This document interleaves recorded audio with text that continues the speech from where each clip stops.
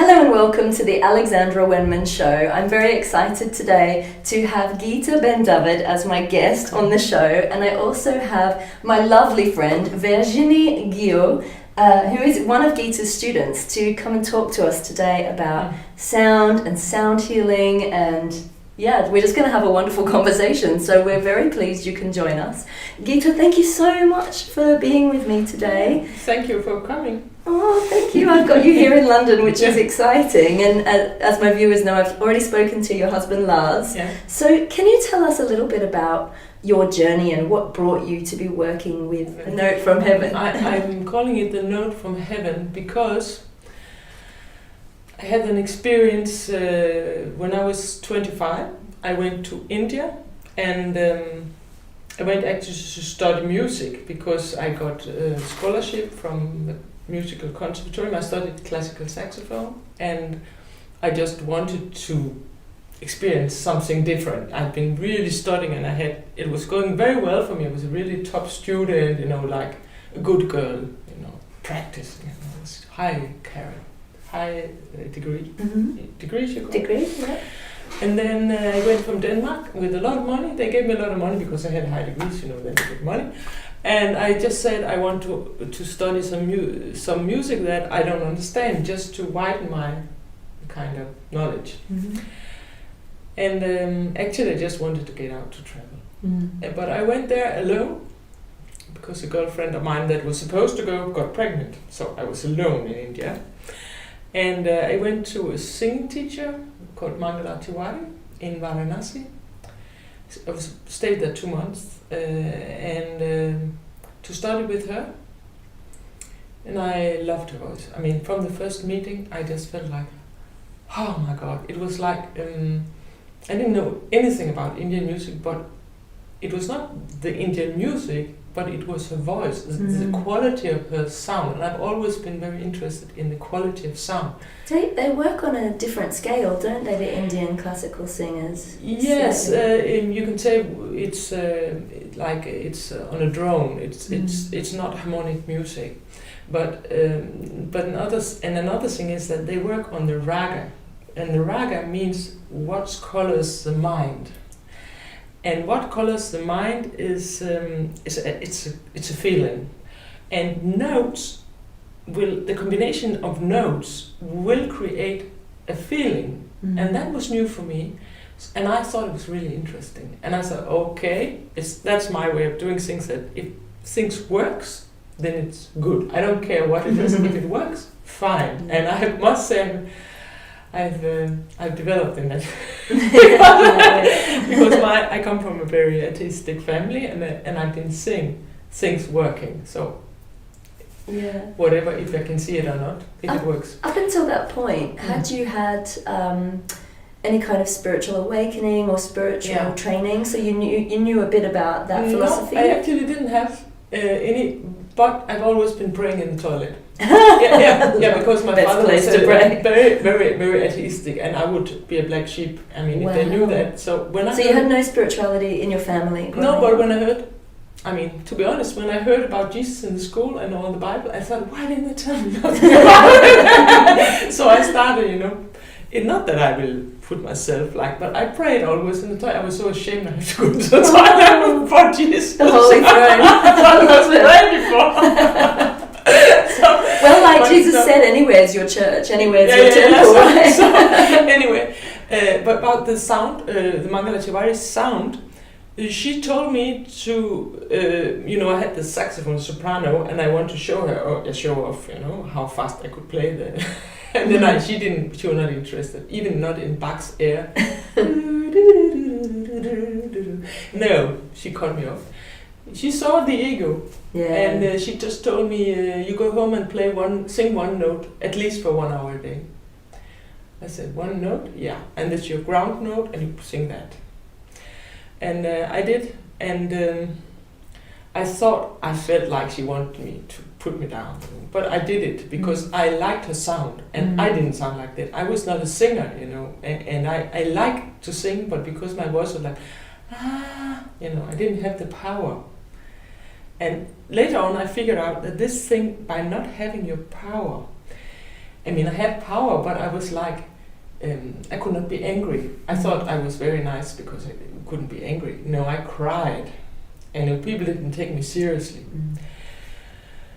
So after I start to get my power from this singing one note and just surrendering into a state of being by singing one note, I all of a sudden say, "Whoa," and many notes came out. I was convinced it was not me singing. It must be somebody out in the window copying me every time I open my mouth. Wow, so you could hear layers of voices. Yes, wow. Yes, and that's the overtones. But in that time, it was not. It just was coming up with the overtone singing. So I didn't know anything about it. And then, so what is the spiritual part of it is that when you get to get your power from the bottom of yourself, then it will be a fountain of light coming up. It will come up. You, anybody can have that.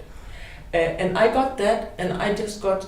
I love to be in that state, because any musician play music because certain places in a song there would be like, you get this kind of, not an orgasm, but some kind of surrendering, that you just leave all control.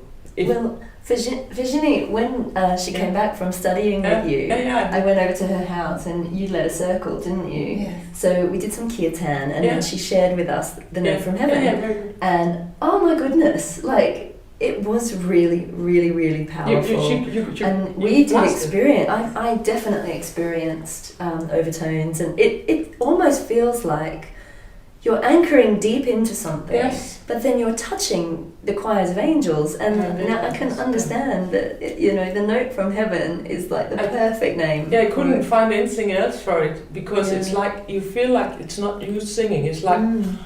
And you can hold your breath for longer as well, like the note lasts and lasts and lasts. It's like a column coming down, and you just sang from up. And that's why, what I love about this is that we are one. Yeah. Yes. We unite. It's like we have the dual level and we have a oneness level. And it's both beautiful, because we cannot see the oneness level if we're not standing in the dual. Because if we were just one, we didn't know. We wouldn't have anything to no reference point. We would just be one. It would just be useless blobs of love floating around. Yes. So the note from heaven is like a bridge to the oneness. So and I've been working for this for about 30 years. So or 32 years, and since I was 25, and it's just been developing and developing. And the thing is that when you know how to enter the oneness, I'm sure also Virginie knew this, then if you can stay there and not, this is also about what is belief, what is faith, because the more you experience this, you know that it's not you. Yeah. You know that you're connected to something higher. It's not a matter of any doubt, because if you don't have any doubt, it works. Yeah. And that's why, for example, if you could take a group Virginie, it's because you know that. It's only when you're totally sure you're standing in this energy, then you can pass it. And that's why I made this education international, where you also are part of it, because the ones that can stand in the power, and that's actually just to believe enough in themselves to be nothing. It's just to be nothing. Yes. Then they can pass it. It's like you let go of any, I guess, that it's the ego, isn't it? It's let go of the labels and the titles and the reference points for that moment, and then you're just part of everything. Because it's so much bigger than you, this power. It's God. I mean, that's what you call God.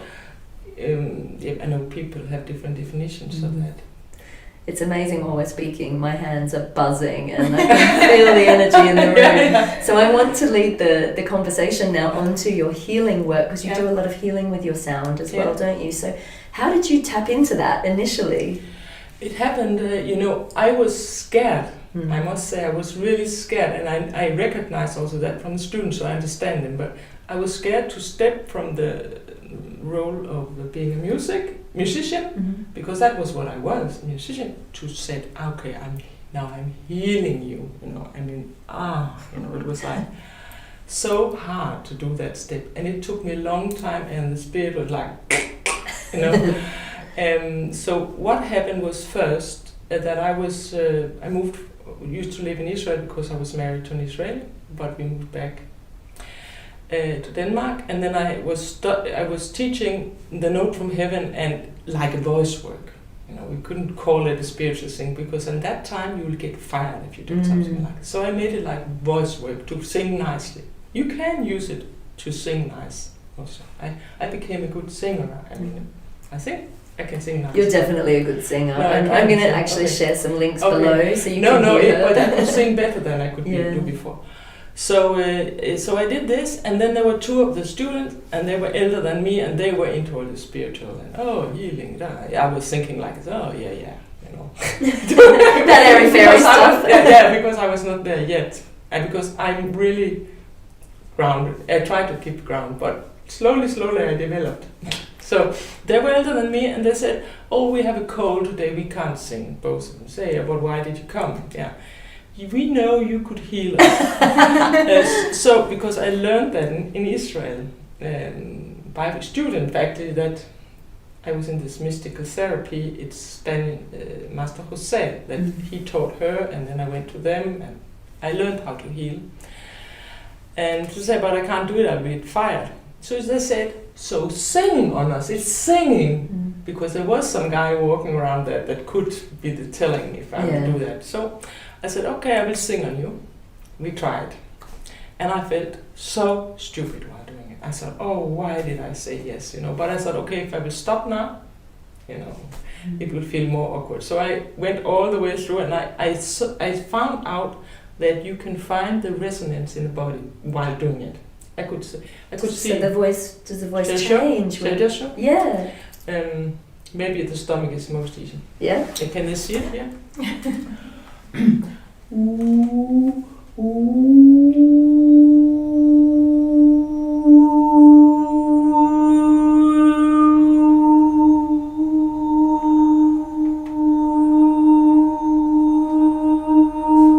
Right here. You see the light will come. Yeah. Sorry. The light will come when you hit it. So do it another place. Yeah. Could you feel it? Yeah. Because I move the head, but I'm not changing the mouth.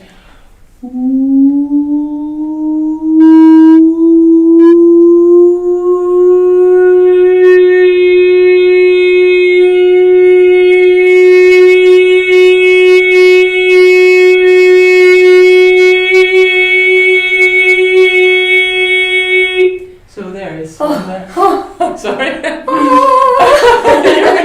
It's amazing. You really feel it, don't you? I just felt this opening and expansion. Yeah, but this is natural law Yeah. that you can do this. Yeah. So that's what I found out when I did that on them. But at the same time, I felt like, oh, what I'm doing is too strange. And I can understand many people find it strange. Yeah. But it works. It works. It really works. I mean, you know, and I obviously work in healing as well, so I'm quite sensitive to energies, and God, I could feel that shit. I mean, literally, God, I could feel that shit. That was amazing. And Virginie, could you feel that as well, being next to me? I think it's amazing because, you know, while you're receiving this healing through the sound and the voice, it was working on me as well. Like it's always like this because we are one, right? Yeah. And I think for me that's what I've learned even stronger by being with you is like when we were in this room with so many people and we could you know, sing all together. There was a resonance, a common resonance between all of us. Yeah.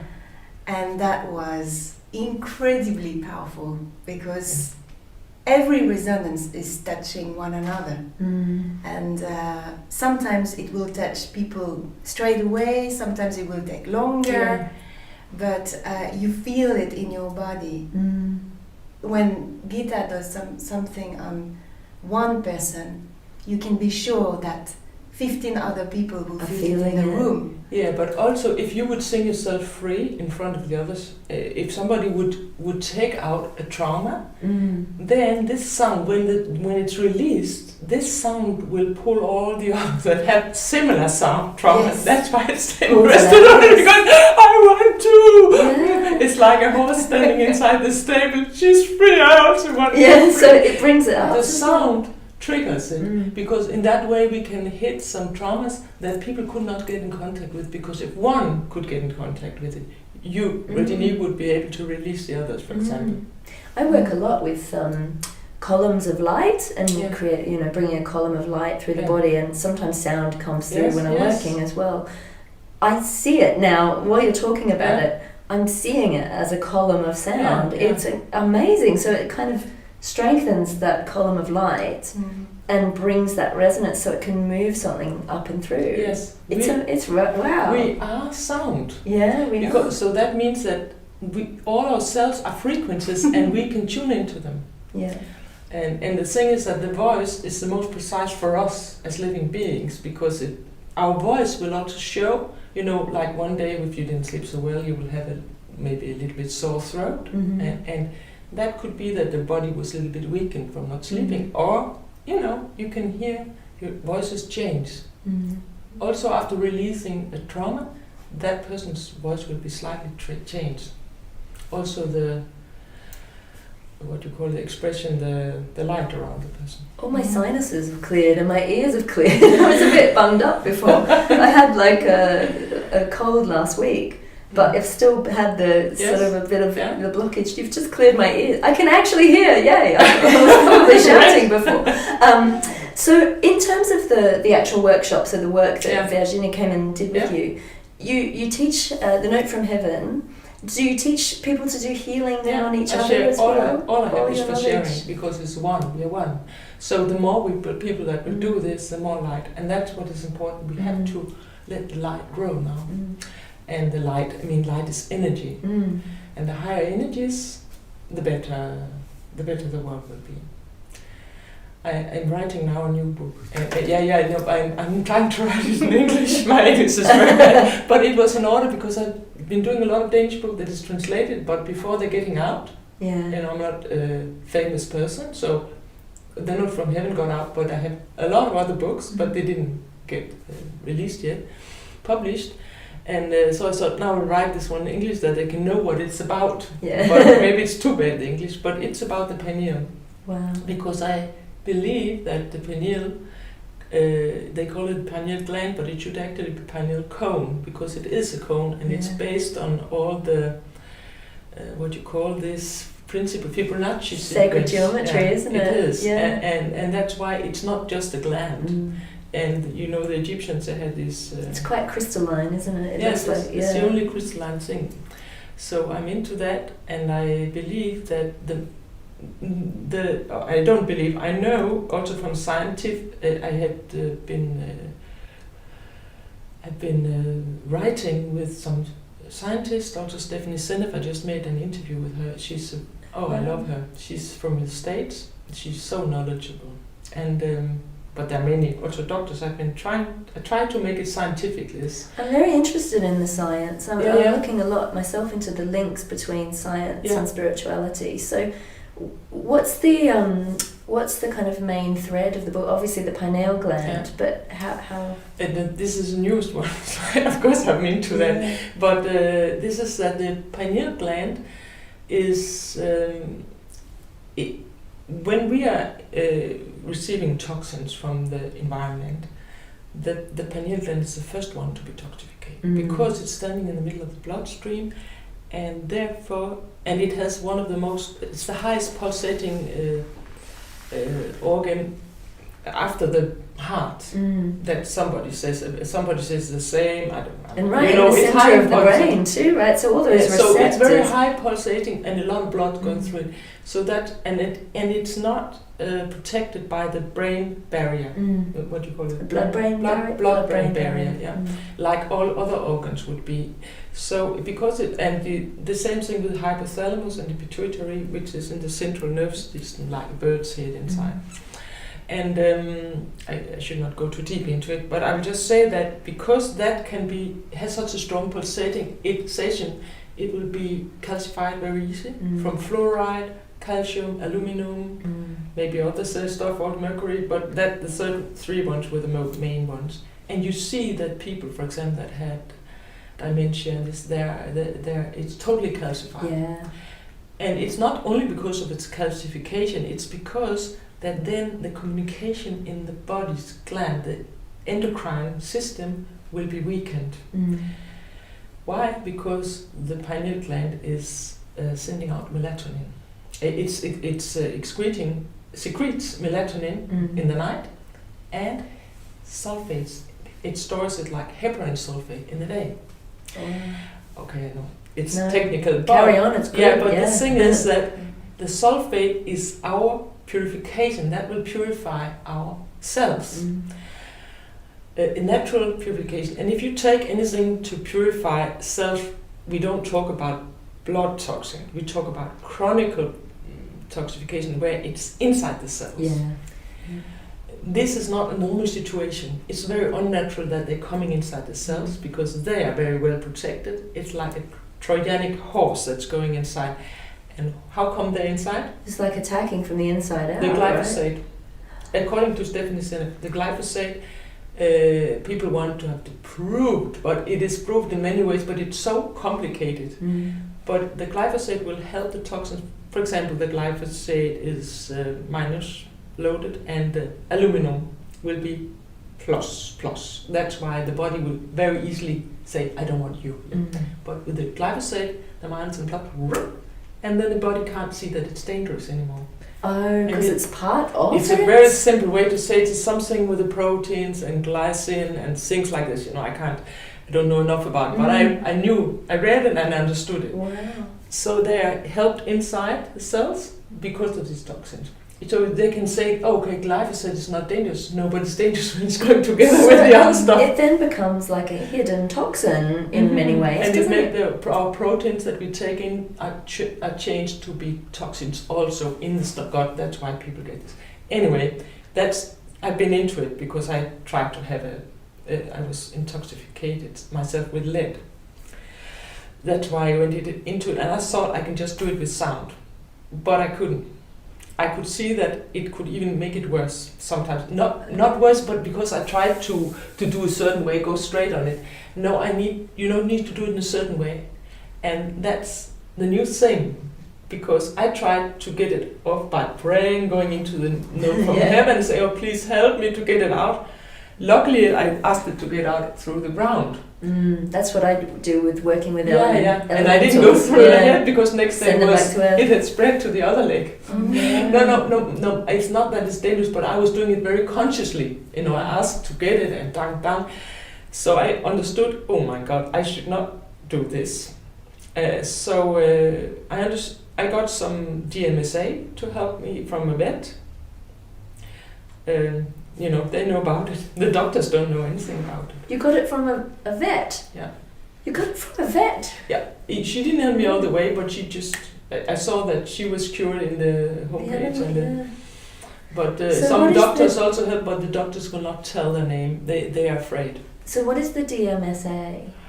It's a kind of also sulfur thing. Like but then the new thing from this, because I thought instead that we have to, the doctors are not educated in it, then I thought, why not, if we could find a way to do this with a sound, and then when I heard about this, that the pineal gland can create the sulfur that otherwise we can get it from onions, cabbage, seaweed, and maybe also from this doctor. It's medicines, this DMSA. Natural medicine. Yeah. It's going inside the cell and taking it out. But you have to be careful because it's taking all the minerals. Yeah. So it's not something you just do. You have to be really careful. It should be doctor's job, this. Yeah. It's not my job to do this. Yeah. To take tests. But you've had to experiment with yourself. Yeah, you've had to be the guinea pig, haven't you? You have to feel it yourself what you're doing. So you take responsibility on yourself. That we have to do this. But then I thought if the pineal gland will produce sulfate in daytime. I hope that Stephanie Seneff is right. I think she is. Then if we could help the pineal gland to be more active. Yeah. So I started, I was in the menopause, and I also had depressions coming. I thought I will never have like this, but I really felt the moods coming. So I lay down on the floor, put the feet on the ground, and it was almost pain in the body, so sad I was without reason. And then I started to try to vibrate the glands of the endocrine system, and I tried to find which sound it is. And you tried it also, Virginie. I'm testing them also with the but so it was. I found that I tried the sound hum.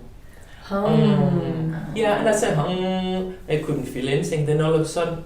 And that's how the sound is also. Well, that can you can feel it hum. You can feel it go up through the brain right into the pineal, can't you? It kind of goes up. Yes, but you can even do something more, because I'm used in this system also. I listen for what the voice wants to tell me. You can try something with your mind, but then when you go into the oneness level, you let the voice lead you to where it's supposed to be. It's tricky, because some people will also I'm now taking out and my voice is doing this. You can feel, you learn to feel when it's true and not true. It has to work. Yeah. So it started every time I sang this hum, it started saying hum.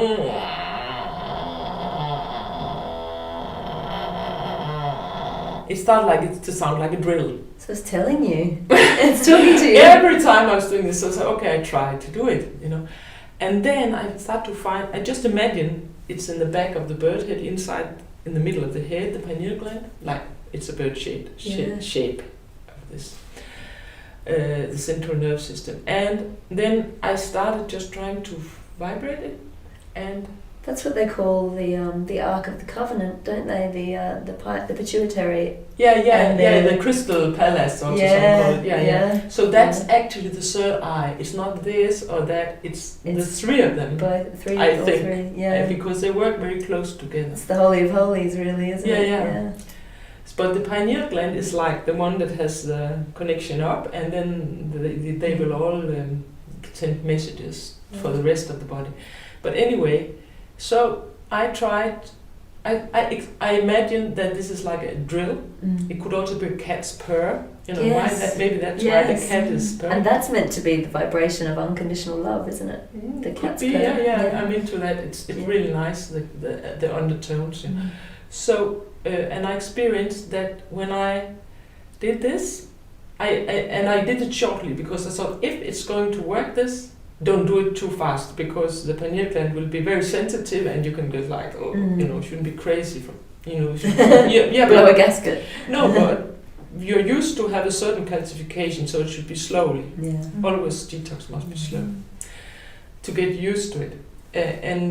So 1-2 minutes, and then to the other ones. The beak is the hypothalamus, and the third eye thing just behind the cavity of the nose is the pituitary. And you can actually, by singing you can activate the pituitary, and I think that's where you get into the nerve system. Wow. Because it's up here, and when you say shall we do a little bit? Yes, you're up there. And place it in the pineal.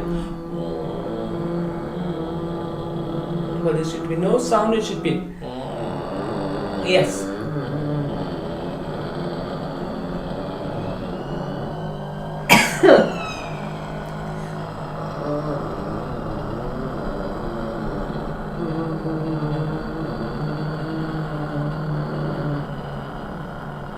My throat chakra keeps wanting to go. You get really sleepy. You know what I think? I think it's Joe Dispenza. He's saying in his book, The Supernatural or something, he's writing, because I've been reading a lot to see what the others write about this, and he's saying that, I'm sorry to say it, but he's saying that the pineal is working like what do you call it? The man's thing. It's getting an erection. When you stimulate it, it will. Yeah. And you. It gets turned on. Yes, it's getting turned on. I'm getting a boner in my pineal. We're going. Sorry, people. So if this is true, then it's like the cone will open. Wow. And close again. But then if you do this, you could imagine that some of this calcification will fall off. Yes, because then it expands and probably breaks it and away. probably it will. But it should do it also when it secretes melatonin. Then I mean I don't know, but anyway, if it secretes melatonin when you're doing it, that's why we get sleepy. Because I always do it in the end of some day, kind of workshop or before we have a break, because you get like really sleepy. How did you find it? Did you? The whole training or just this part? Or Yeah, shall we ask Virginie about the training? So first of all, what led you to Githa in the first place? How did you find her? I found her through her husband Lars. That's right, because we came to a talk in It's London Lars together, Morris, didn't we? Yes. It's the author of the Omen. And I was very interested in the whole Githa region. I'm still very much interested by a lot of things there, the energy of the place, the story, the different various stories that we can hear. But it's also about experiencing the place itself.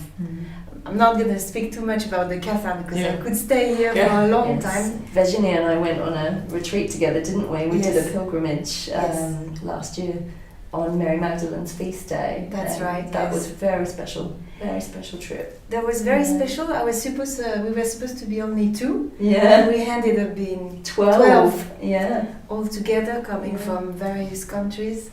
And yes, it was very special. And so Lars is very knowledgeable with the Mary Magdalene experience and stories and much more than that. Yeah. And I've been going to his workshop, and I found that fascinating. And then, because also I'm very interested with how to connect myself to my own self, my true self, I was therefore interested in developing my voice. And through Lars, I saw gradually Githa, who I found through video and talks through YouTube, and I found that very, very interesting.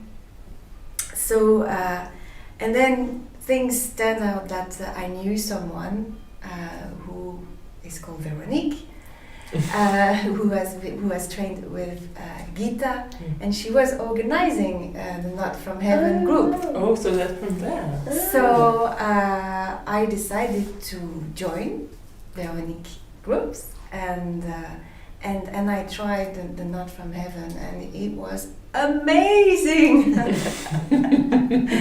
It was truly amazing. I'm so grateful to Veronique. She's a medical doctor, actually. Wowzers, that's amazing to hear, actually. She's not active, so that's why she dares to go into it, I think. Wow, it's great to hear. There's more and more doctors and scientists now, I think, venturing into this area. Wow. But so through that group sharing, I have experienced bliss, but also a real meditation state that comes from the depth of our voice, of our own voice, through what comes through, basically. And it's by allowing the what wants to come with one single note. That is amazing. When you allow that to come through you, and it's just, you have to trust. I think it's what it is. You have to trust what's coming, and just allow yourself to sing that notes the way that the notes wants to be sung. I don't know if I express myself. I get so touched by it, because if I've given it past this just for one, it's my life. You understood it. I can hear that. So through that group, then I decided to go and do the training, Githa's training, which is truly amazing, and I so recommend it to anyone, because I am, and that's why I'm here today, because more and more in my life I'm searching for authenticity, in every way. Mm. And I think Githa is a truly authentic person first, and now I mean it. And I'm in a love in here. It's great. and I think her work for me, it's such a gift because you find your true voice, but also you set yourself free from trauma, and it's a bonus because you get to share the Not From Heaven, to sing together, to have this feeling of honestness that you can get also with kirtan. It's and I love kirtan as well. But the Not From Heaven is also something that is new for me because it's the allowing of that note to come through you and to heal you, to get this meditation state. And through that meditation state, there is a reorganizing of your whole being, because we have to remember that we are made of water, like 70% of water.